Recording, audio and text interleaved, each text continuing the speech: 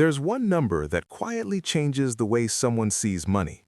Not 1 billion, not even 10 billion, but the first 100 million. This number looks simple. It doesn't seem very big compared to other financial targets we often hear about, but somehow it's at this very number that many people feel the most tired, the most doubtful, and the most tempted to give up. Strange, isn't it?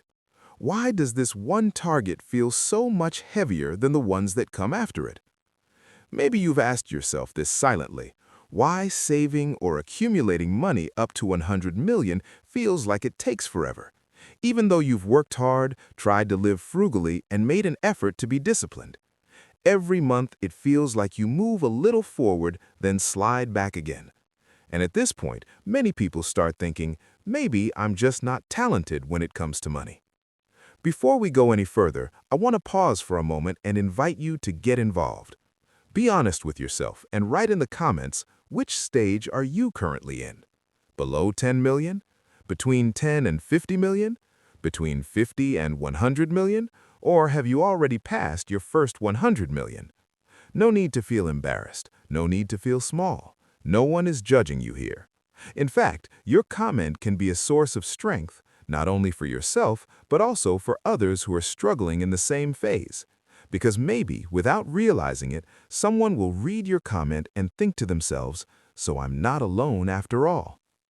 In this phase, life often feels like running in place. Your paycheck comes, and then it's gone, sometimes even before the end of the month arrives. Not because you're wasteful, but because needs always seem to arrive faster than your plans. There are bills that can't be postponed, there are family responsibilities, there are unexpected things that show up without warning.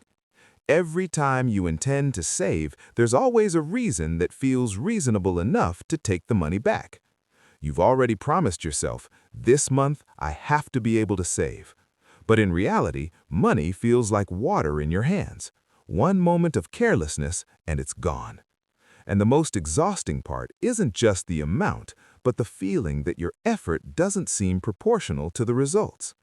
At the same time, you look at other people, friends who are the same age or even younger, who seem to be moving faster.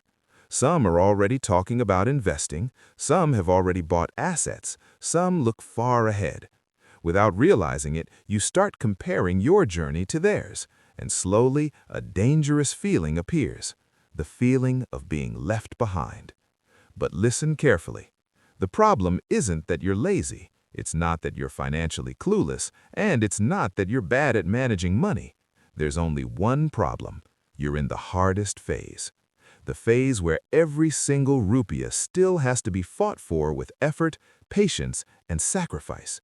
And almost everyone who eventually succeeds has passed through this phase. If we look deeper, there's a very logical reason why the first 100 million feels the heaviest. This isn't just a feeling, it's a financial reality experienced by almost everyone at the beginning of their financial journey. In this phase, almost all of your money comes from one main source: labor. Time is exchanged for salary, energy is exchanged for income. If you stop working, the flow of money stops too.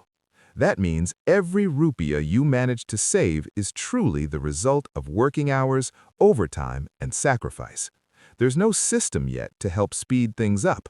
There's no machine working behind the scenes. The problem is, at this stage, money hasn't yet had the chance to grow on its own. The growth effect people often talk about, where money increases over time, is barely noticeable. The amount is still too small to make a meaningful impact. As a result, you feel like you've worked so hard, but the number in your savings account moves painfully slowly.